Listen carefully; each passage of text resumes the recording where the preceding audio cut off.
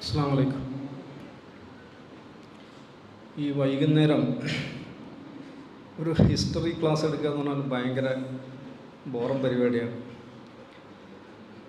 അപ്പോൾ ഞാനിങ്ങനെ സ്കൂളിൽ എന്നെ ഹിസ്റ്ററി പഠിപ്പിച്ച ഏതെങ്കിലും മാഷന്മാർ ഇവിടെ ഉണ്ടോ എന്ന് നോക്കിയായിരുന്നു. ഒന്ന് രണ്ടാളെ ഞാൻ പ്രതീക്ഷയാണ്, ആരും വന്നിട്ടില്ല. അവരോട് പ്രതികാരം വീട്ടാനുള്ളൊരു സന്ദർഭമായിട്ട് ഈ സമയം ഉപയോഗപ്പെടുത്താൻ പറ്റുമോ? പിന്നെ കുറേ ഹിസ്റ്ററി ഇവിടെ നേരത്തെ ഉദ്ഘാടകൻ പറഞ്ഞു. ഞാൻ അധികം ഹിസ്റ്ററി പറയാൻ വിചാരിക്കുന്നില്ല. കുറച്ച് കാര്യങ്ങൾ ചിലപ്പോൾ അങ്ങ് പറഞ്ഞു പോകുക, അതുമായി ബന്ധപ്പെട്ട വേറെ ചില കാര്യങ്ങൾ പറയാം എന്നാണ് വിചാരിക്കുന്നത്. കേരള ചരിത്രത്തിലെ മുസ്ലിം സ്വാധീനം എന്നാണ് നമ്മൾ തലക്കെട്ട് കൊടുത്തിരിക്കുന്നത്. ഈ കേരളം എന്ന് പറയുമ്പോൾ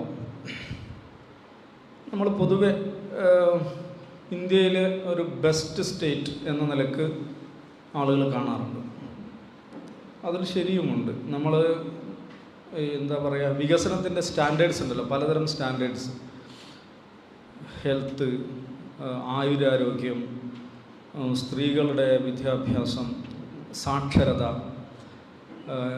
ശിശുമരണം, സാമൂഹിക ബന്ധം, ഇങ്ങനെയൊക്കെയുള്ള പല സ്റ്റാൻഡേർഡ്സ് വെച്ച് നോക്കിക്കഴിഞ്ഞിട്ടുണ്ടെങ്കിൽ നമ്മുടെ രാജ്യത്തിൻ്റെ നാഷണൽ ആവറേജിനേക്കാൾ എത്രയോ മേലെ നിൽക്കുന്ന, പലപ്പോഴും യൂറോപ്യൻ സ്റ്റാൻഡേർഡ്സിനൊപ്പം നിൽക്കുന്നൊരു സംസ്ഥാനമാണ് നമ്മുടെ സംസ്ഥാനം. നമ്മൾ ആ നിലയ്ക്ക് പുരോഗമനാത്മകമായ ഒരു പ്രോഗ്രസീവ് സ്റ്റേറ്റ് എന്നുള്ള നിലയ്ക്ക് പ്രബുദ്ധ കേരളം എന്ന് നമ്മളിങ്ങനെ പറയാറുണ്ട്. പ്രബുദ്ധ കേരളം, അത് ശരിയുമാണ്. പല സ്റ്റാൻഡേർഡ്സിലും നമ്മൾ യൂറോപ്യൻ സ്റ്റാൻഡേർഡ്സിന് ഒപ്പമോ അതിന് മേലെയോ ഒക്കെയാണ്. അപ്പോൾ അതെങ്ങനെയാണ് കേരളം അത് നേടിയെടുത്തത് എന്ന് ചോദിക്കുമ്പോൾ അത് ഇപ്പോൾ അത് ഇരട്ടച്ചങ്കൻ്റെ നേട്ടമാണെന്ന് ചില ആളുകൾ പറയും. അത് കമ്മ്യൂണിസ്റ്റ് പ്രസ്ഥാനത്തിൻ്റെ, ഇടതുപക്ഷ പ്രസ്ഥാനത്തിൻ്റെ നേട്ടമാണെന്ന് പറയും. ഇങ്ങനെയൊക്കെ അതിനെ പല നിലക്ക് വിശദീകരിക്കുന്ന ആളുകളുണ്ട്. ക്രിസ്ത്യൻ മിഷണറിമാരെ കുറിച്ച് പറയും. അങ്ങനെ പല നിലക്ക് വിശദീകരിക്കുന്ന ആളുകളുണ്ട്. കേരളത്തെ രൂപീകരിക്കുന്നതിൽ ഇസ്ലാമിൻ്റെ, മുസ്ലിങ്ങളുടെ പങ്ക് എന്താണ് എന്നതിനെക്കുറിച്ച് ചില ആലോചനകളാണ് ഞാൻ നടത്താൻ വിചാരിക്കുന്നത്. അതിൽ ഏറ്റവും പ്രാഥമികമായി നമ്മൾ മനസ്സിലാക്കേണ്ട ഒരു കാര്യം, ഇസ്ലാം എന്ന് പറയുമ്പോൾ ഇസ്ലാം നമ്മൾ പള്ളികൾ എടുത്ത് നോക്കിക്കഴിഞ്ഞിട്ടുണ്ടെങ്കിൽ പള്ളികളൊക്കെ നഗരങ്ങളിലാണ്. ഇസ്ലാമിലെ പള്ളികളൊക്കെ നഗരങ്ങളിലാണ്.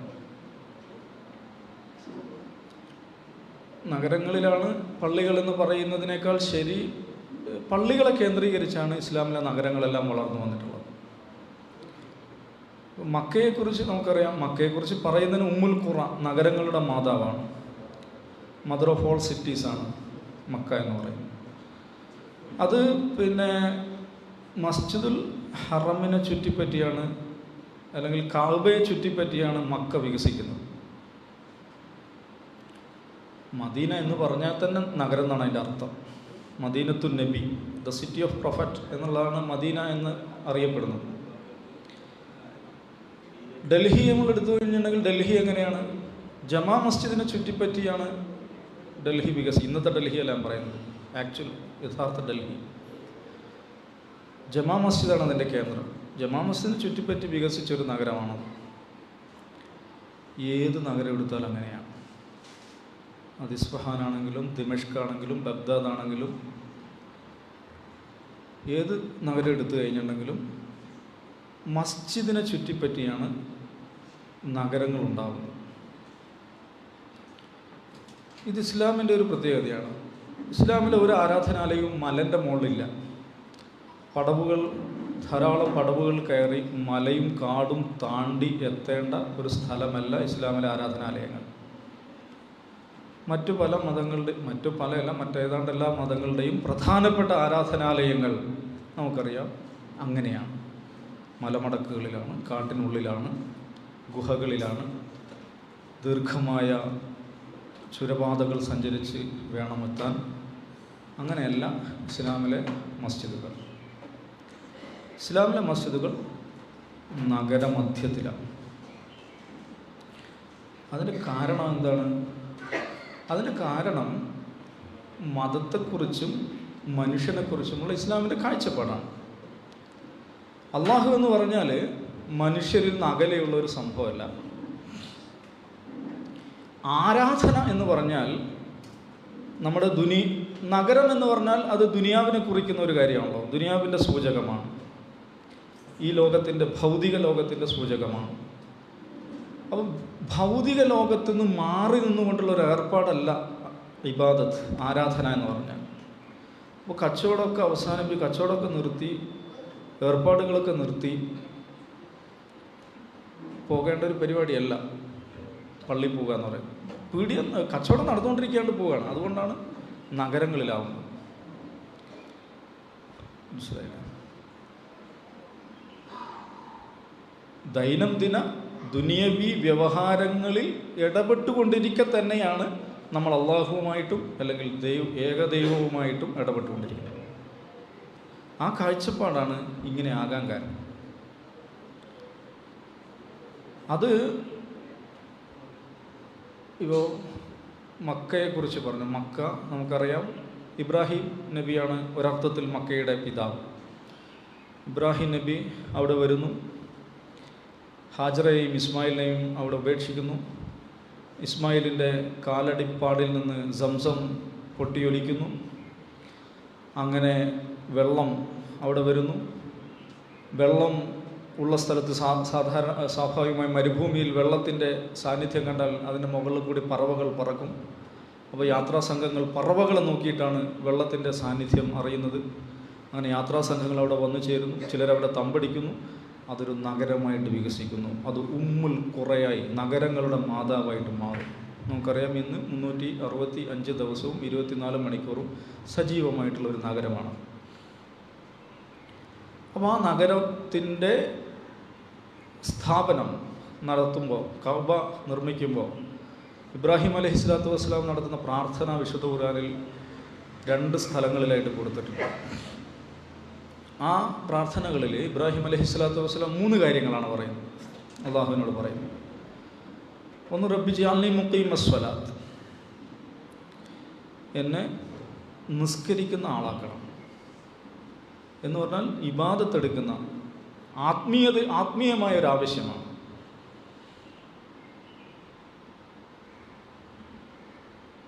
ഒരു എന്താ പറയുക, റൂഹാനിയായിട്ടുള്ള അബൗദ്ധികമായിട്ടുള്ള ദുനിയവി അല്ലാത്തൊരു കാര്യമാണ് റബ്ബി ജഅൽനി മുഖീമസ്സലാ. രണ്ടാമത്തെ കാര്യം എന്താണ്? റബ്ബി ജഅൽ ഹാദാ ബലദൻ ആമിന, ഈ നാടിനെ ഒരു സുരക്ഷിത നാടാക്കിയിട്ട് മാറ്റണം, ഒരു സുരക്ഷിത പ്രദേശമാക്കി മാറ്റണം, അമ്നുള്ള സ്ഥലമാക്കി മാറ്റണം.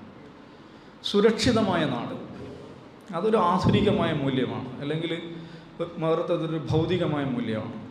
ഒരു നാടിൻ്റെ വികസനം, നാടിൻ്റെ പുരോഗതി, നാടിൻ്റെ ശക്തി എന്നൊക്കെ പറയുന്നത് ആ നാടിൻ്റെ സുരക്ഷിതത്വം, എത്ര സേഫ്റ്റി, സ്റ്റെബിലിറ്റി, ഇതുമായി ബന്ധപ്പെട്ടാണ്. ഇപ്പോൾ രണ്ടാമത്തെ ആവശ്യം, ഇബ്രാഹിം നബിയുടെ ആവശ്യം അതാണ്. ഇത് വളരെ സേഫ് ആൻഡ് സ്റ്റേബിൾ ആയിട്ടുള്ള ഒരു രാജ്യമാക്കി, ഒരു നാടാക്കി ഈ നാടിനെ മാറ്റണം. റബ്ബി ജഅൽ ഹാദാ ബലദൻ ആമിന. മൂന്നാമത്തെ ആവശ്യം എന്താണ്?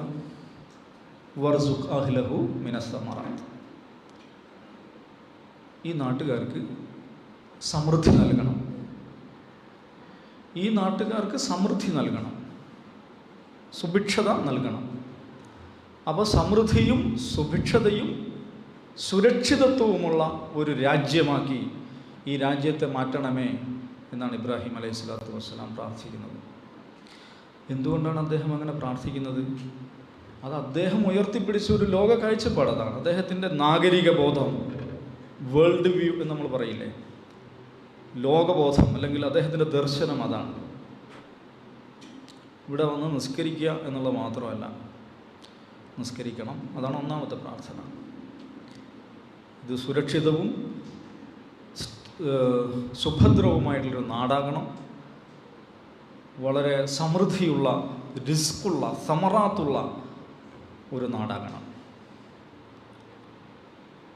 അതാണ് അദ്ദേഹത്തിൻ്റെ പ്രാർത്ഥന.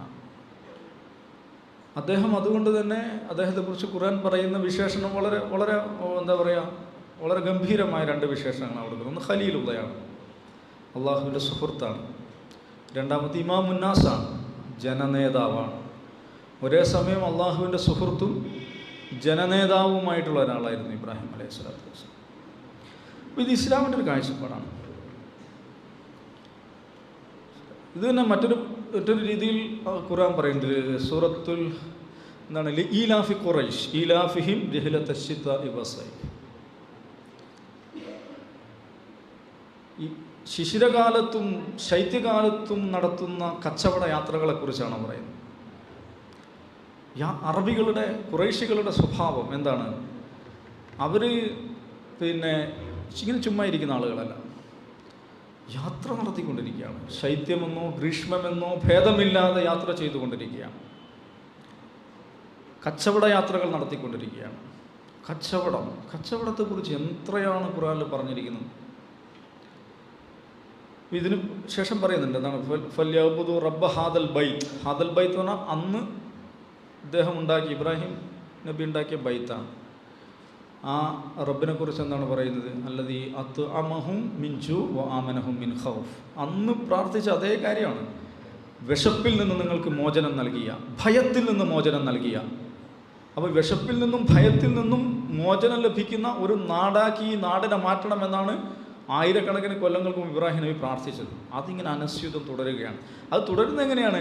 അതിങ്ങനെ വെറുതെ ഇങ്ങനെ ഇരുന്നുകൊണ്ടല്ല, ശൈത്യമെന്നോ ഗ്രീഷ്മമെന്നോ ഭേദമില്ലാതെ കച്ചവട യാത്രകൾ, സാർത്ഥവാഹക സംഘങ്ങൾ മരുഭൂമികൾ താണ്ടി നഗരങ്ങൾ താണ്ടി യാത്ര ചെയ്തുകൊണ്ടിരിക്കുകയാണ്. അവർ ചരക്കുകൾ കൊണ്ടുവരികയാണ്, സേവനങ്ങൾ കൊണ്ടുവരികയാണ്, വസ്തുക്കൾ കൊണ്ടുവരികയാണ്, ബിസിനസ് നടത്തുകയാണ്.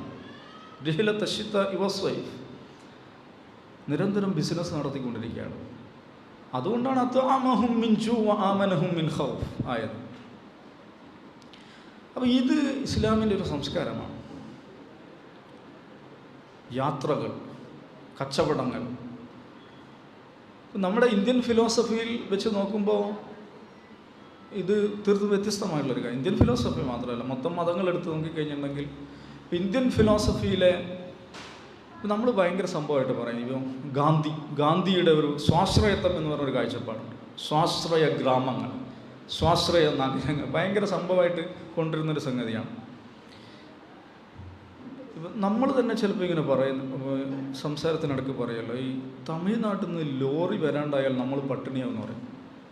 നമ്മളൊക്കെ പറയാറില്ലേ, തമിഴ്നാട്ടിൽ നിന്ന് പച്ചക്കറി വരാണ്ടായാൽ നമ്മൾ പട്ടിണിയാവും. എന്തൊരു വിഡിതാണ് പറയണത്. തമിഴ്നാട്ടിൽ നിന്ന് പച്ചക്കറി വണ്ടി വരാണ്ടായാലും നമ്മൾ മാത്രമല്ല പട്ടിണിയാകുക, തമിഴന്മാരും പട്ടിണിയാകും. കാരണം അവർക്ക് ഈ വെണ്ടക്കയും മുരിങ്ങക്കായും തിന്ന് ജീവിക്കാൻ പറ്റില്ലല്ലോ. അത് വിറ്റിട്ട് പൈസ ഉണ്ടാക്കണ്ടേ? അത് വിറ്റ് പൈസ ഉണ്ടാക്കിയിട്ടാണ് അവർ ജീവിക്കണത്. അവരിൽ നമ്മളത് വാങ്ങും. അപ്പോൾ അവരതവിടെ നിർത്തിയിട്ട് കഴിഞ്ഞിട്ട് എല്ലാ ദിവസവും തക്കാളി തിന്നിട്ട് അവർക്ക് ജീവിക്കാൻ പറ്റുമോ? പറ്റില്ലല്ലോ. അപ്പോൾ അവർ നമുക്ക് തക്കാളിയും വെണ്ടക്കയും മുരിങ്ങക്കായും ഒക്കെ തരുന്നു, നമ്മളതിന് പൈസ കൊടുക്കുന്നു. ഇങ്ങനെയാണ് മനുഷ്യർ ജീവിക്കുന്നത്. ചരക്കുകൾ അങ്ങോട്ടും ഇങ്ങോട്ടും കൈമാറുന്നു, വസ്തുക്കൾ അങ്ങോട്ടും ഇങ്ങോട്ടും കൈമാറുന്നു, ചരക്കുകൾ അങ്ങോട്ടും ഇങ്ങോട്ടും കൈമാറുന്നു, സേവനങ്ങൾ അങ്ങോട്ടും ഇങ്ങോട്ടും കൈമാറുന്നു. മലയാളിക്ക് വേറെ പലയാണ്. മലയാളിക്ക് തക്കാളിയും വെണ്ടക്കയൊന്നും ഉണ്ടാക്കാൻ നേരമില്ല, അവൻ വേറെ പല പണിയെടുക്കുന്നു.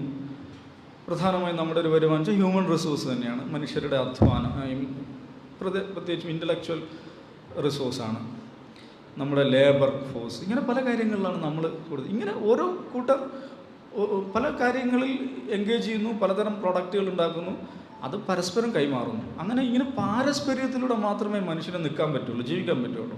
അതുകൊണ്ട് സ്വാശ്രയത്വം എന്നൊക്കെ പറയുന്ന ഒരു വെറും ഉട്ടോപ്യൻ തരികിട വിഡ്ഢിതാശയങ്ങളാണ്.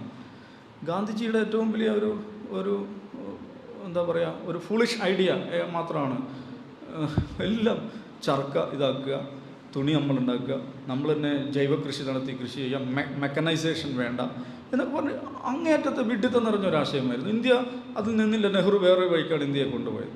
അപ്പോൾ ഈ സ്വാശ്രയത്വം എന്ന് പറയുന്നത് യഥാർത്ഥത്തിൽ ഒരു മനുഷ്യന് സാധ്യമല്ല. കാരണം മനുഷ്യൻ എന്ന് പറഞ്ഞാൽ പരസ്പര ബന്ധിതമായിട്ടുള്ളൊരു ജീവിവർഗമാണ്.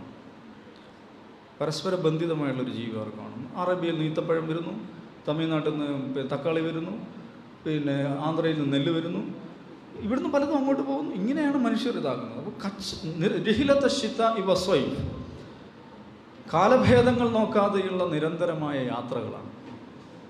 അങ്ങനെയാണ് മനുഷ്യർ. ഇന്ത്യയിൽ ഇതെന്താ സംഭവം എന്ന് വെച്ചിട്ടുണ്ടെങ്കിൽ, ഇന്ത്യയിൽ സവർണ സംസ്കാരമാണ്. കടൽ യാത്ര നിഷിദ്ധമാണ്, കടൽ യാത്ര ഹറാമാണ്. ആ ഒരു അബോധത്തിൽ നിന്നാണ് സ്വാശ്രയത്വം എന്ന് പറയുന്നതൊക്കെയുള്ള കാഴ്ചപ്പാട് വരുന്നത്. പിന്നെ ഇന്ത്യൻ ഫിലോസഫിയിൽ പ്രധാനപ്പെട്ടൊരു സംഗതിയാണ് പിന്നെ ബൗദ്ധ ദർശനം. ബുദ്ധൻ്റെ ആശയങ്ങളിൽ പ്രധാനപ്പെട്ട ഒന്നാണ് പിന്നെ എന്താണ് ആശയാണ്. നമ്മളൊക്കെ സ്കൂളിൽ നിന്ന് പഠിച്ചാണ് ആശയാണ് എല്ലാം. എന്താണ് ആശ വെടിയുക, അല്ലേ? ആശ വെടിയുക. ആശയാണ് എല്ലാറ്റിൻ്റെയും ഹേതു, എല്ലാ തെറ്റുകളുടെയും ഹേതു. ആഗ്രഹമാണ് എല്ലാ തിന്മകളുടെയും ഹേതു. ഇന്ത്യൻ ഫിലോസഫിയിലെ പ്രധാനപ്പെട്ട ഒരു ഭയങ്കരമായിട്ട് സ്വീകരിക്കപ്പെട്ട ഒരു ആശയമാണ്. ആഗ്രഹമാണ് എല്ലാ തിന്മകളുടെയും ഹേതു. ഒന്ന് ആഗ്രഹങ്ങളെ വെടിയുക. നമുക്ക് ആലോചിച്ച് മനുഷ്യനെ ആഗ്രഹമില്ലായിരുന്നു. ബുദ്ധൻ പറഞ്ഞ മാതിരി എല്ലാവരും ആഗ്രഹങ്ങളങ്ങ് വെടിഞ്ഞെന്ന് വിചാരിക്കുക. എന്തൊരു അവസ്ഥ! ഒരു സാധനം ഉണ്ടല്ലോ, നമ്മൾ ഈ മൊബൈൽ ഫോൺ ഉണ്ടാകും. മൊബൈൽ ഫോൺ എങ്ങനെ ഉണ്ടായത്? മനുഷ്യനൊരു ആഗ്രഹമാണ്. നടന്നു പോകുമ്പോഴും ഉമ്മാനെ വിളിക്കാൻ പറ്റണം, അല്ലെങ്കിൽ അവളെ വിളിക്കാൻ പറ്റണം, അല്ലെങ്കിൽ മോനെ വിളിക്കാൻ പറ്റണം. അങ്ങനെയല്ലേ? മൈക്ക് എങ്ങനെ ഉണ്ടായത്? ഇങ്ങനെ അട്ടഹസിക്കാൻ പറ്റില്ല. ഒരുപാട് ആൾക്കാരോട് സംസാരിക്കാനൊരു സാധനം ഉണ്ടാവണമെന്നൊരു ആഗ്രഹമാണ്. ആഗ്രഹമാണ് മനുഷ്യനെ ഒരു അവസ്ഥയിൽ നിന്ന് മറ്റൊരവസ്ഥയിലേക്ക് എത്തിക്കുന്നത്, മനുഷ്യനെ നിരന്തരം സഞ്ചരിപ്പിച്ചുകൊണ്ടിരിക്കുന്നത്, മനുഷ്യനെ നിരന്തരം മുന്നോട്ട് നയിച്ചുകൊണ്ടിരിക്കുന്നത് ആഗ്രഹമാണ്. ആഗ്രഹം ഇല്ലാണ്ടായാൽ മനുഷ്യനില്ലാണ്ടാവും. മനുഷ്യ ജീവിതം തന്നെ സ്തംഭിച്ചു പോകും. ഇസ്ലാം അതിനൊന്നും അനുവദിക്കുന്ന ഒരു മതമല്ല. നിരന്തരമായ യാത്ര, സമ്പാദിക്കുക. സമ്പാദനത്തിന് വേണ്ടിയുള്ള യാത്രയിൽ മരിച്ചുപോയതിനെക്കുറിച്ച് ഷഹീദായിട്ട് റസൂൽ പരിചയപ്പെടുത്തി. എന്തിനു സമ്പാദിക്കാൻ? സ്വന്തം കുടുംബത്തിന് സമ്പാദിക്കാൻ പോയിട്ടേ അതിൻ്റെ ഇടയിൽ മരിച്ചുപോയാൽ ശുഹദാക്കളുടെ നിലവാരത്തിലാണ്.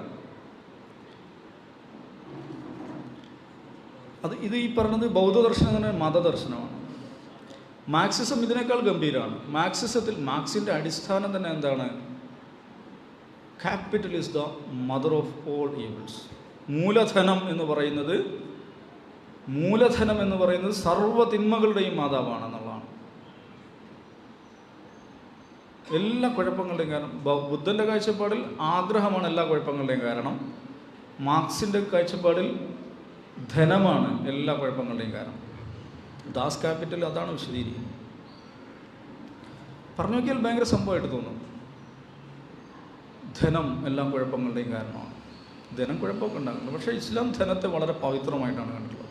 റസൂലിൻ്റെ ഖുത്ബത്തുൽ വിദായിൽ പവിത്രമായിട്ട് എണ്ണിയ 3 കാര്യങ്ങൾ: 1 മനുഷ്യൻ്റെ രക്തം, 2 മനുഷ്യൻ്റെ ധനം, 3 മനുഷ്യൻ്റെ അഭിമാനം. 3ഉം പവിത്രമാണെന്നാണ് പറഞ്ഞിട്ടുള്ളത്. തെറ്റാണെന്നല്ല. കബലദിക്കും ഹാദ കശഹരിക്കും ഹാദ, അത്രയ്ക്കും പവിത്രമാണ്. മക്കാ മണ്ണ് പോലെ, ദുൽഹിജ്ജ മാസം പോലെ പവിത്രമാണ് ധനം. അതുകൊണ്ട് അള്ളാഹു പറഞ്ഞിട്ടുണ്ട്, എന്ത്? വലാ തുഅ്തു സുഫഹാ അംവാലകുമുല്ലതി ജഅലല്ലാഹു ലക്കും ഖിയാമ. നിങ്ങൾ പൈസ കൊണ്ട് ഇങ്ങനെ തമാശക്കളി കളിക്കരുത്. പൈസ കൊണ്ട് തമാശക്കളി കളിക്കരുത്. വിഡ്ഢികളുടെ കയ്യിൽ, പൊട്ടന്മാരുടെ കയ്യിൽ പൈസ കൊടുക്കരുത്. അല്ലേ?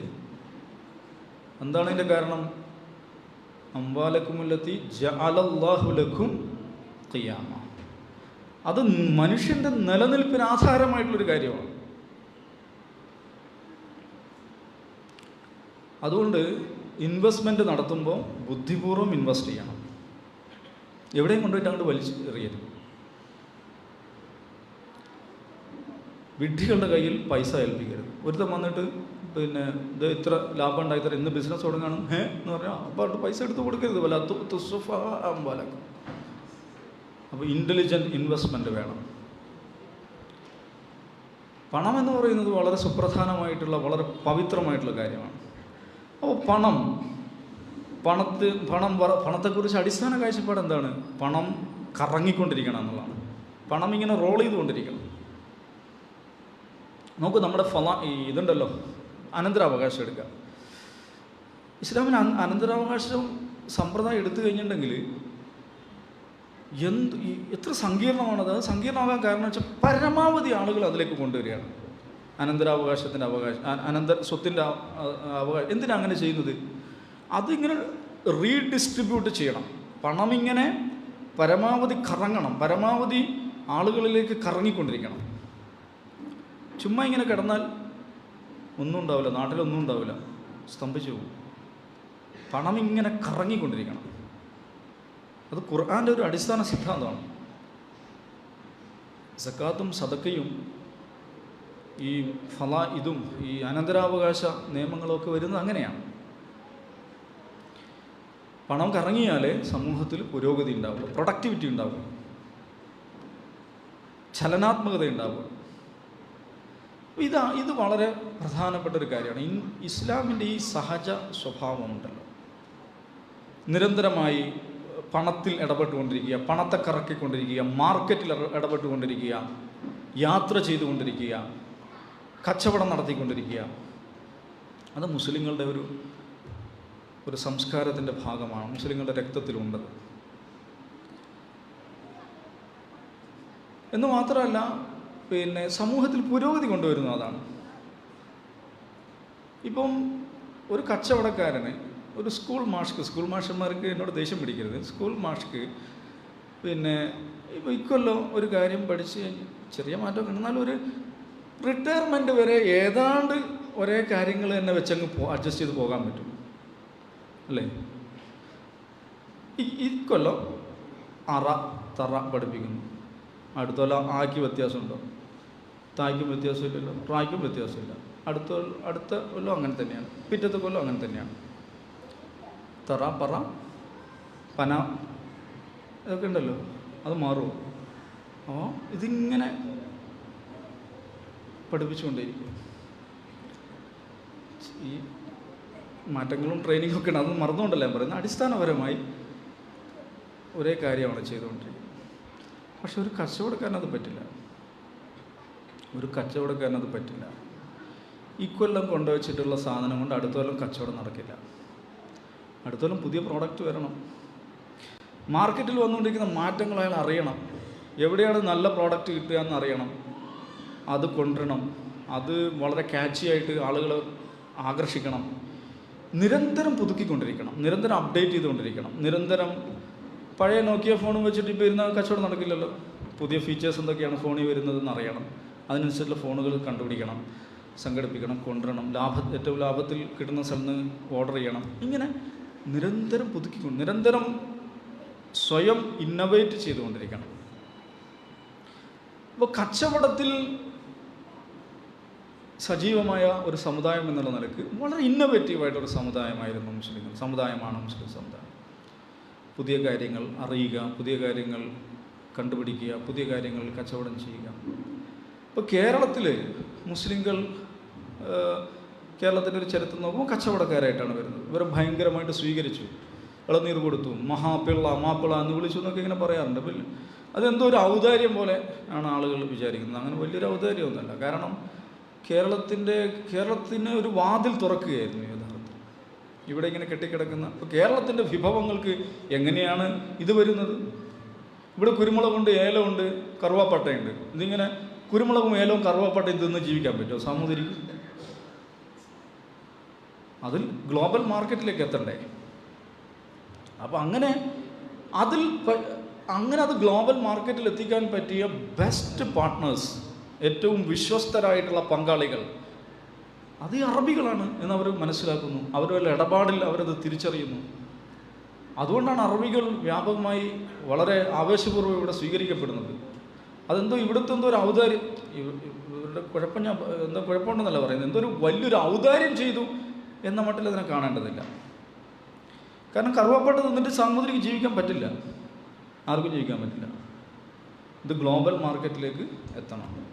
അതിലെ മോസ്റ്റ് റിലയബിൾ പാർട്ട്ണർ, ഇതുവരെ കണ്ടതിൽ വെച്ച് ഏറ്റവും മികച്ച ഒരു പാർട്ട്ണർ എന്നുള്ള നിലക്കാണ് അറബികൾ സ്വീകരിക്കപ്പെടുന്നത്. ഏറ്റവും വിശ്വസ്തരാണ് അവർ, സത്യസന്ധരാണ് അവർ, കച്ചവടത്തിൽ മാന്യത പുലർത്തുന്നു, പറഞ്ഞ പൈസ തരുന്നു, പറ്റിക്കുന്നില്ല. എന്ന് മാത്രമല്ല കച്ചവടം ഉഷാറാവുന്നു, നല്ല ബിസിനസ് കിട്ടുന്നു, രാജ്യം പുരോഗതിയിലേക്ക് പോകുന്നു, സമൃദ്ധിയിലേക്ക് പോകുന്നു, സമ്പന്നമാകുന്നു. അപ്പോൾ അവർ സ്വീകരിക്കപ്പെടുന്നു, അവർക്ക് വലിയ സ്ഥാനങ്ങൾ കിട്ടുന്നു, അവരുടെ സമൂഹം ഇവിടെ വളരുന്നു, വളരുന്നതിനനുസരിച്ച് ആവശ്യങ്ങൾ വരുന്നു, പള്ളികളുണ്ടാവുന്നു, സംവിധാനങ്ങളുണ്ടാവുന്നു. അങ്ങനെയാണ് കേരളത്തിൽ ഇസ്ലാം വരുന്നത്, നമ്മൾ മനസ്സിലാക്കണം.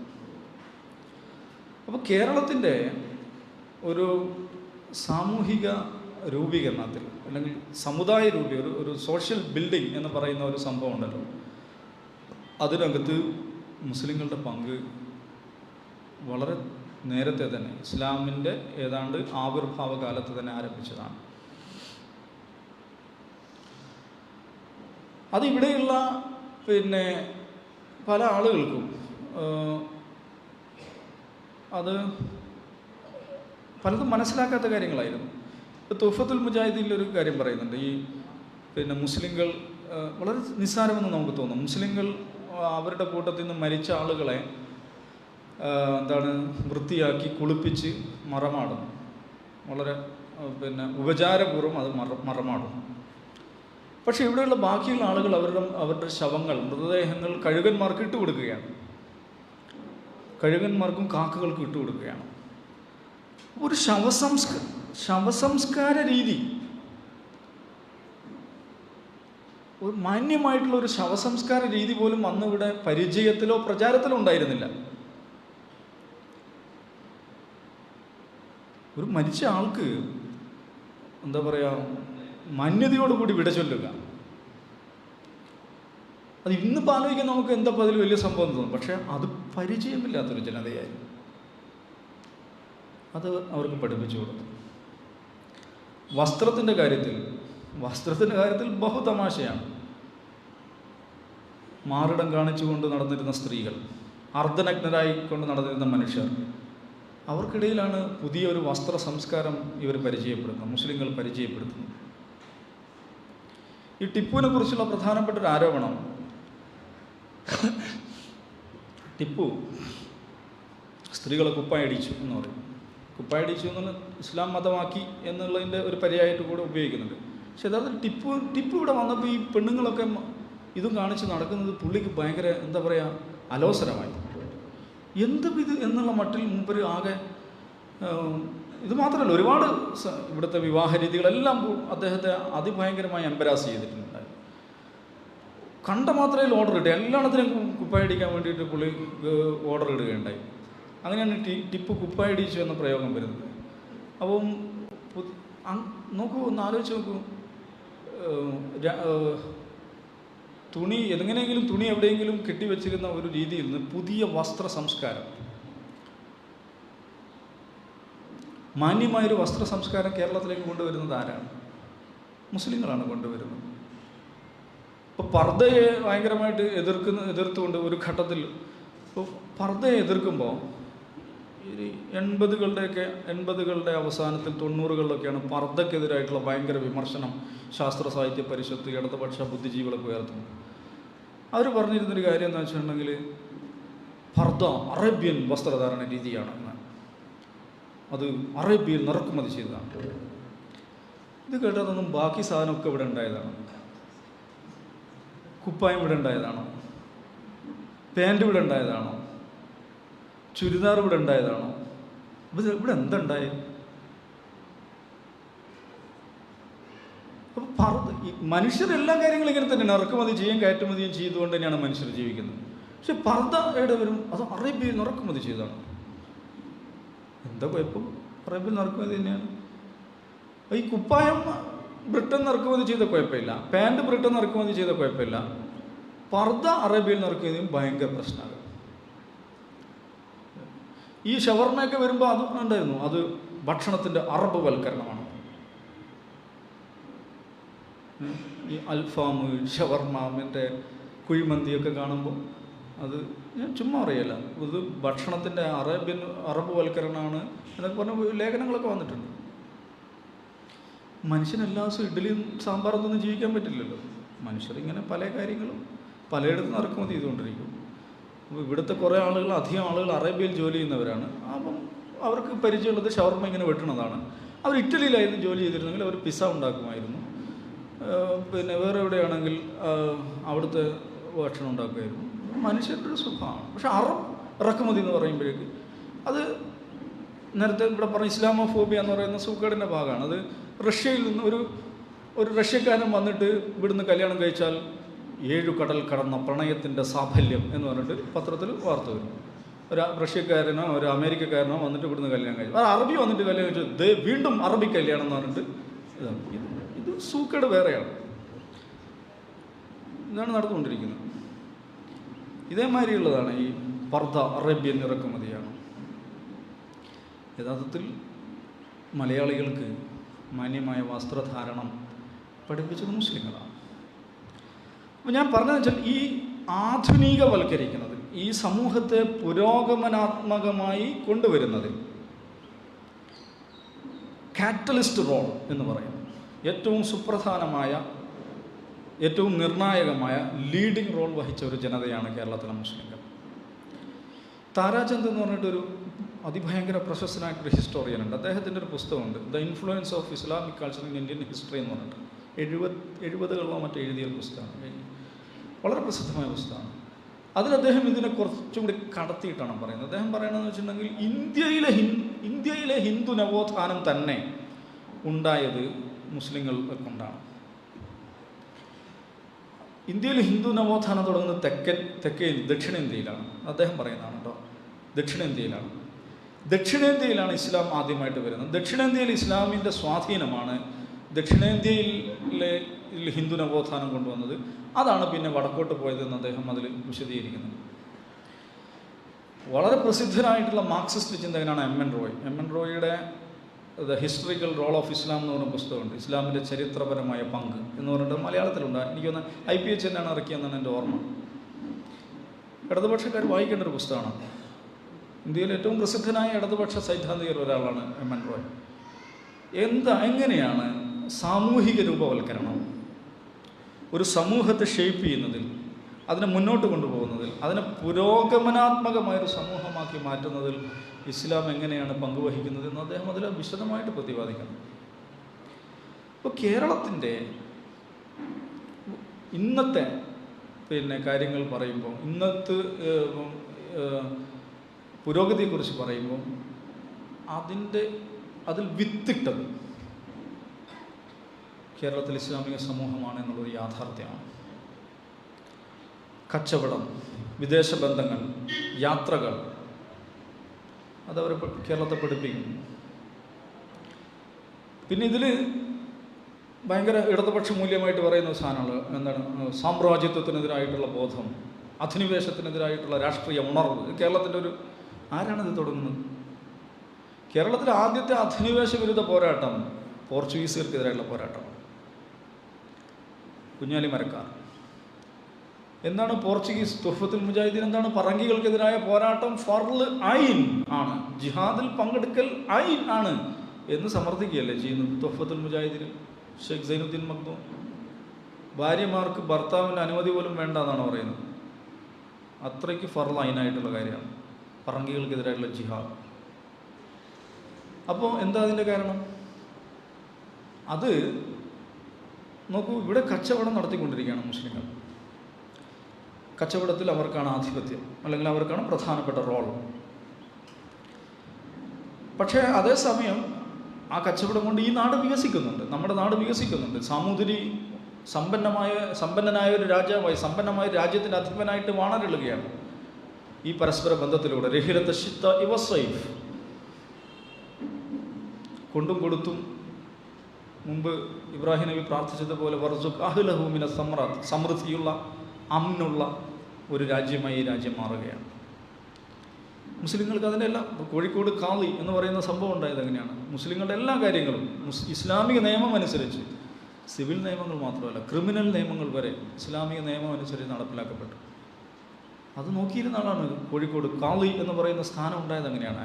He was the chief justice of Muslims. മുസ്ലിങ്ങളുടെ എല്ലാ കാര്യങ്ങളുടെയും വിധി പറഞ്ഞിരുന്നത് കോഴിക്കോട്ട് കാളിമാരായിരുന്നു. സാമൂതിരിയാണ് നിശ്ചയിക്കുന്നത്. അങ്ങനെ എല്ലാ നിലക്കും ഭദ്രമായ ശക്തമായ ഒരു ഇസ്ലാമിക സമൂഹം ഇവിടെ പോവുകയാണ്. നാട് സുഭിക്ഷമായ ഒരു നാട്, സമൃദ്ധിയുള്ള നാട്. അതിനിടയിലാണ് ഇവർ വരുന്നത്, പോർച്ചുഗീസുകാർ വരുന്നത്. മാനുവൽ രാജാവിനോട് പോപ്പ് പറയുകയാണ് തെക്കൻ പ്രദേശങ്ങൾ പിടിച്ചെടുക്കണം, മുസ്ലിങ്ങളെല്ലാം അടിമകളാക്കണം എന്നൊക്കെയുള്ള നിർദ്ദേശാനുസരണം പുറപ്പെട്ട ഒരു കൊള്ളക്കാരനാണ് വാസ്കോ ഡ ഗാമ. നമ്മൾ സ്കൂളിൽ ഗ്രേറ്റ് എക്സ്പ്ലോറർ എന്നാണ് പഠിക്കുന്നത്. അങ്ങേരൂടെ വരുന്നു, വന്നുകൊണ്ട് കുഴപ്പമില്ല. ബിസിനസ്സിൽ പുതിയ ഒരാൾ കൂടെ വരുന്നു, അതിലാർക്കും കുഴപ്പമില്ല. പക്ഷേ പിന്നീട് എന്താണ് സംഭവിക്കുന്നത്? അവർ മൊണോപ്പൊളി സ്ഥാപിക്കുകയാണ്. അവരുടെ കുത്തക പോർച്ചുഗീസുകാരല്ലാതെ ആരും കച്ചവടം ചെയ്യാൻ പാടില്ല. പോർച്ചുഗീസുകാർക്കല്ലാതെ കച്ചവട ചരക്കുകൾ കൊടുക്കാൻ പാടില്ല. കുരുമുളകും കറുവാപ്പട്ടയും കൊടുക്കാൻ പാടില്ല, ഏലവും കൊടുക്കാൻ പാടില്ല. അറബിക്കടലിൽ കുത്തക സ്ഥാപിക്കുകയാണ്. ബഹുരാഷ്ട്ര കുത്തക എന്നൊക്കെ ഇപ്പോൾ ഇടതുപക്ഷക്കാർ പ്രസംഗിക്കുന്നില്ല, ആ മട്ടിലുള്ളൊരു സംഭവം. അത് പറ്റില്ല, അത് പറ്റില്ല. നിങ്ങൾക്ക് കച്ചവടം ചെയ്യാം, പക്ഷേ മറ്റൊരു കൂട്ടർ കച്ചവടം ചെയ്യരുത് എന്ന് പറയാൻ നിങ്ങൾക്ക് അവകാശമില്ല. അങ്ങനെയാണ് പറങ്കികൾക്കെതിരെ ജിഹാദ് തുടങ്ങുന്നത്. കേരളത്തിലെ ആദ്യത്തെ അധിനിവേശ വിരുദ്ധ പോരാട്ടമാണ്. അത് മുസ്ലിങ്ങളെ ഒലച്ചിട്ടുണ്ട്. ആദ്യ കുറേ കാലം ധീരമായി ചെറുത്ത് നിന്നിട്ടുണ്ട്, പറങ്കികളെ പായിച്ചിട്ടുണ്ട്. അവർ കേരളത്തിൽ ആസ്ഥാനം ഉണ്ടാക്കാൻ വിചാരിച്ച് അവരെ ഗോവയിലേക്ക് മാറ്റിയിട്ടുണ്ട്. പക്ഷെ ഒടുവിൽ സാമൂതിരി അവരുടെ ഗണിയിൽ വീണതോ അല്ലെങ്കിൽ സാമൂതിരി ചതിച്ചോ എന്നൊക്കെ, ഈ സാമൂതിരി എന്നൊക്കെ പറയുമ്പോൾ വെച്ചാൽ ഈ കൊണ്ടുവന്ന സാമൂതിരി ചതിച്ച സാമൂതിരി ഒരാളാണെന്ന് വിചാരിക്കരുത് കേട്ടോ, അത് ഒരു വംശമാണ്. സാമൂതിരി എന്നെ പിന്നിൽ നിന്ന് കുത്തി എന്നതിനെക്കുറിച്ച് പറയപ്പെടുന്നു. എനിവേ അതിൽ മുസ്ലിങ്ങളെ സംബന്ധിച്ചിടത്തോളം അവസാനത്തിൽ അതിൽ തിരിച്ചടിയുണ്ടായി. അങ്ങനെയാണ് മുസ്ലിങ്ങൾ ഈ തീരപ്രദേശങ്ങളിൽ നിന്ന് കിഴക്കോട്ട് മാറുന്നത്, കിഴക്കോട്ടേക്ക് കൂടെ പോകുന്നത്, ഇടനാട്ടിലേക്കും മലനാട്ടിലേക്കും. കേരളത്തിൽ ആദ്യമായി പൊതുമണ്ഡലം എന്ന് പറയുന്ന, പബ്ലിക് സ്പിയർ എന്ന് പറയുന്ന ഒരു ആശയം രൂപപ്പെടുന്നത് അങ്ങനെയാണ്. കാരണം നേരത്തെ അങ്ങനെയില്ല. നായർ മണ്ഡലവും ചെറുമരുടെ മണ്ഡലവും പൊലേരുടെ മണ്ഡലവും അങ്ങനെയൊക്കെയുള്ളൂ. എല്ലാ മനുഷ്യരും പരസ്പരം ഒത്തുചേരുകയും സംഗമിക്കുകയും, മുസ്ലിങ്ങളും നായന്മാരും തമ്മിൽ നല്ല ബന്ധമുണ്ട്. ഈ സാമൂതിരിയുടെ പക്ഷേ തീരപ്രദേശത്ത് മാത്രമാണ്. പക്ഷേ മുസ്ലിങ്ങൾ ഈ പറയുന്ന ചെറുമരിലേക്കും പറയരിലേക്കും പൊലേരിലേക്കും ദളിതരിലേക്കും ഈ പിന്നോക്ക വിഭാഗങ്ങളിലേക്കുമൊക്കെ അവർ കടന്നു ചെല്ലും. പുതിയൊരു പബ്ലിക് സ്ഫിയർ കേരളത്തിൽ രൂപപ്പെടുന്നു. അവർക്ക് പുതിയ തിരിച്ചറിവുകളുണ്ടാവുകയാണ്. ഈ ജന്മിത്വത്തെ അവർ ചോദ്യം ചെയ്യുന്നു. അതിനിടയിൽ ജന്മിത്വത്തിനെതിരായിട്ടുള്ള സമരം എന്തോ ഒരു ഭയങ്കര ഇടതുപക്ഷത്തിൻ്റെ ഒരു സംഭവമായിട്ട് അവർ പറയാറുണ്ട്. 1939 കേരളത്തിൽ ആദ്യമായിട്ട് കമ്മ്യൂണിസ്റ്റ് പാർട്ടി രൂപീകരിക്കപ്പെടുന്ന പിണറായിക്കടുത്ത പാറപ്പുറത്ത് 1939. പക്ഷെ 1820 ജനിച്ച ആളാണ് മമ്പുറം ഫസൽ പൂക്കോയ തങ്ങൾ. മമ്പുറം ഫസൽ പൂക്കോയ തങ്ങൾ എന്താണ് ചെയ്തുകൊണ്ടിരുന്നത്, എന്താണ് പറഞ്ഞുകൊണ്ടിരുന്നത്? മമ്പുറം ഫസൽ പൂക്കോയ തങ്ങളെ നാട് കടത്തി ബ്രിട്ടീഷുകാർ. എനിക്ക് തോന്നുന്നു 20-ാം വയസ്സിലോ 23-ാം വയസ്സിലോ മറ്റാണ് നാട് കടത്തുന്നത്. എന്തിനാണ് നാട് കടത്തിയത്? അദ്ദേഹം പള്ളി മിമ്പറിൽ വെച്ച് പ്രസംഗിക്കുകയാണ്. എന്താ പ്രസംഗിക്കണത്? ഒരൊറ്റൊരുത്തനും തിരുമേനി എന്ന് വിളിക്കരുത്, ജന്മിമാരെ തിരുമേനി എന്ന് വിളിക്കരുത്. വലഖദ് കറംനാ ബനി ആദം, എല്ലാ മേനിയും തിരുമേനിയാണ്. അള്ളാഹുവിന് മുമ്പിൽ എല്ലാ മേനിയും പ്രധാനപ്പെട്ട മേനിയാണ്, ആദരവുള്ള തിരുവായിട്ടുള്ള മേനിയാണ്. അതുകൊണ്ട് തിരുമേനി എന്ന് വിളിക്കരുത്. എച്ചിൽ ഭക്ഷിക്കരുത്. വർസുഖുഹും മിന ത്വയ്യിബാത്ത്, നല്ലത് ഭക്ഷിക്കേണ്ട ജനതയാണ് നിങ്ങൾ. അതുകൊണ്ട് ജന്മിമാർ ഇട്ട് തരുന്ന എച്ചിൽ തിന്നരുത്, അവർ ബാക്കി വെച്ചരുത്, തിന്നരുത്. പിന്നെന്താ പറഞ്ഞത്? കാളയുടെ കഴുത്തിൽ നിന്ന് നുകമെടുത്തു മാറ്റുമ്പോൾ തന്നെ കൂലി ചോദിക്കണം.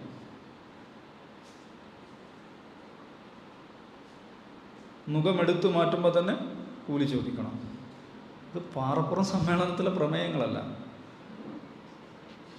1800-കളിൽ തിരൂരങ്ങാടി മമ്പറം പള്ളിയിൽ നടന്ന ഖുത്ബകളാണ്.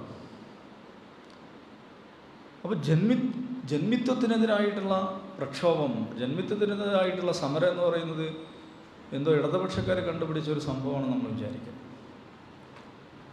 അങ്ങനെയാണ് മലബാറിലെങ്ങും ജന്മിത്വത്തിനെതിരായിട്ടുള്ള സമരം ഉണ്ടാകുന്നത്. ഈ മലബാർ പ്രക്ഷോഭം, മലബാർ കലാപം എന്ന് പറയുന്നത് 1921 സംഭവിച്ചതാണെന്ന് നിങ്ങൾ വിചാരിക്കുന്നത്. അത് 1921 അതിൻ്റെ ഒരു കൾമിനേഷനാണ്, അതിൻ്റെ ഒരു അവസാനത്തെ വിസ്ഫോടനമാണ്. 1850-കളിൽ തുടങ്ങുന്നുണ്ട് മഞ്ചേരി കലാപം, കുളത്തൂർ കലാപം, മണ്ണാർക്കാട് കലാപം, മട്ടന്നൂർ കലാപം. ഇങ്ങനെ നിരവധിയായിട്ടുള്ള ജന്മിത്വ വിരുദ്ധ സമരങ്ങളുടെ തിളച്ചു മറിയലുണ്ടാകുന്നുണ്ട്. അതിൻ്റെ ഒരു അതും കൂടെ നമ്മൾ മനസ്സിലാക്കണം. നേരത്തെ ഈ പറയുന്ന ജന്മിത്വത്തിനെതിരായിട്ടുള്ള ആദ്യത്തെ ഇത് വരുന്നത് ടിപ്പു സുൽത്താൻ്റെ ഭാഗത്താണ്. ഇവിടെ നേരത്തെ ഉദ്ഘാടകൻ പറയുകയുണ്ടായി. ടിപ്പു സുൽത്താൻ 1766-ലാണ് ഇവിടെ മൈസൂർ ഭരണം മലബാറിലേക്ക് വരുന്നത്. വെറും 25-26 വർഷം അതുണ്ടായിട്ടുണ്ട്. ടിപ്പു സുൽത്താൻ ഒന്നാമതായിട്ട് ചെയ്തത് ഇവിടുത്തെ ഭൂബന്ധങ്ങൾ ഇതാക്കുകയായിരുന്നു, ജന്മിത്വം അവസാനിപ്പിക്കുന്നു. അങ്ങനെയാണ് ജന്മിമാർ കൂട്ടത്തോടെ തിരുവിതാംകൂറിലേക്ക് പോകുന്നത്. ഇവിടുത്തെ ലൈംഗിക ബന്ധങ്ങൾ, അതിനകത്ത് അദ്ദേഹം ഇവിടുത്തെ വിവാഹ രീതികളിൽ വലിയ മാറ്റങ്ങൾ കൊണ്ടുവരുന്നുണ്ട്. ഞാൻ നേരത്തെ പറഞ്ഞ പോലെ വസ്ത്രം ധരിക്കുന്ന കാര്യത്തിലുണ്ടായിട്ടുള്ള ഈ പറയുന്ന അതിർപ്പം, മൂപ്പർക്കുണ്ടായ അതിർപ്പം, ഇവിടുത്തെ വിവാഹ രീതികൾ, വിവാഹം വെച്ചാൽ മൂത്ത ആൾക്ക് മാത്രമേ കല്യാണം കഴിക്കാൻ പറ്റുള്ളൂ, ബാക്കിയുള്ളൊക്കെ സംബന്ധമാണ്. എവിടെയെങ്കിലും പോവുക, കുട്ടികളുണ്ടാക്കുക, ഇതിനൊന്നും ഒരു അങ്ങേയറ്റം അരാജകമായ ഒരു ലൈംഗിക ജീവിതം, കുടുംബജീവിതമായിരുന്നു. 1788 ഫെബ്രുവരിയിൽ അദ്ദേഹം ഇറക്കിയൊരു ഉത്തരവ് ഭയങ്കര രസമാണ്. ഞാൻ ജസ്റ്റ് ഒന്ന് വായിക്കാം. നിങ്ങളുടെ ഇടയിൽ ഒരു സ്ത്രീ 10-20 പുരുഷന്മാരോട് കൂടി സംസർഗം ചെയ്യുന്നതും നിങ്ങളുടെ അമ്മ പെങ്ങന്മാരെ ഈ വിധം ധൂർത്തമായി നടക്കുവാൻ യാതൊരു തടവ് കൂടാതെ നിങ്ങൾ സമ്മതിക്കുന്നതും പൂർവാചാരമായിരിക്കുന്ന സ്ഥിതിക്ക് നിങ്ങൾ എല്ലാവരും വ്യഭിചാരത്തിൽ ജനിച്ചവരും സ്ത്രീ പുരുഷന്മാരുടെ സംസർഗ വിഷയത്തിൽ പാടത്തു മേഞ്ഞു നടക്കുന്ന കന്നുകാലികളെക്കാൾ നിർലജ്ജന്മാരും ആകുന്നു. ഇപ്രകാരമുള്ള പാപകരമായ ദുരാചാരങ്ങളെ ത്യജിച്ച് സാധാരണ മനുഷ്യരെ പോലെ നടക്കുവാൻ നാം ഇതിനാൽ നിങ്ങളോട് ആജ്ഞാപിക്കുന്നു. സാധാരണ മനുഷ്യന്മാരെ പോലെ നടക്കാൻ ഒരു സർക്കാർ ഉത്തരവ് വരികയാണ്. അപ്പോൾ ഇവിടെയുള്ള ജന്മിബന്ധങ്ങളിൽ, ഭൂബന്ധങ്ങളിലും ലൈംഗിക ബന്ധങ്ങളിലും അടിമേൽ വിപ്ലവം കൊണ്ടുവന്നൊരു മനുഷ്യനാണ്. പക്ഷേ ടിപ്പുവിന് 26 വർഷം നിൽക്കാൻ പറ്റിയുള്ളൂ. അദ്ദേഹം ബ്രിട്ടീഷുകാർ അദ്ദേഹത്തെ പരാജയപ്പെട്ട് മാറുന്നു. പിന്നെ ബ്രിട്ടീഷുകാരാണ് ഈ ജന്മിമാരെ തിരിച്ചു കൊണ്ടുവരുന്നത്.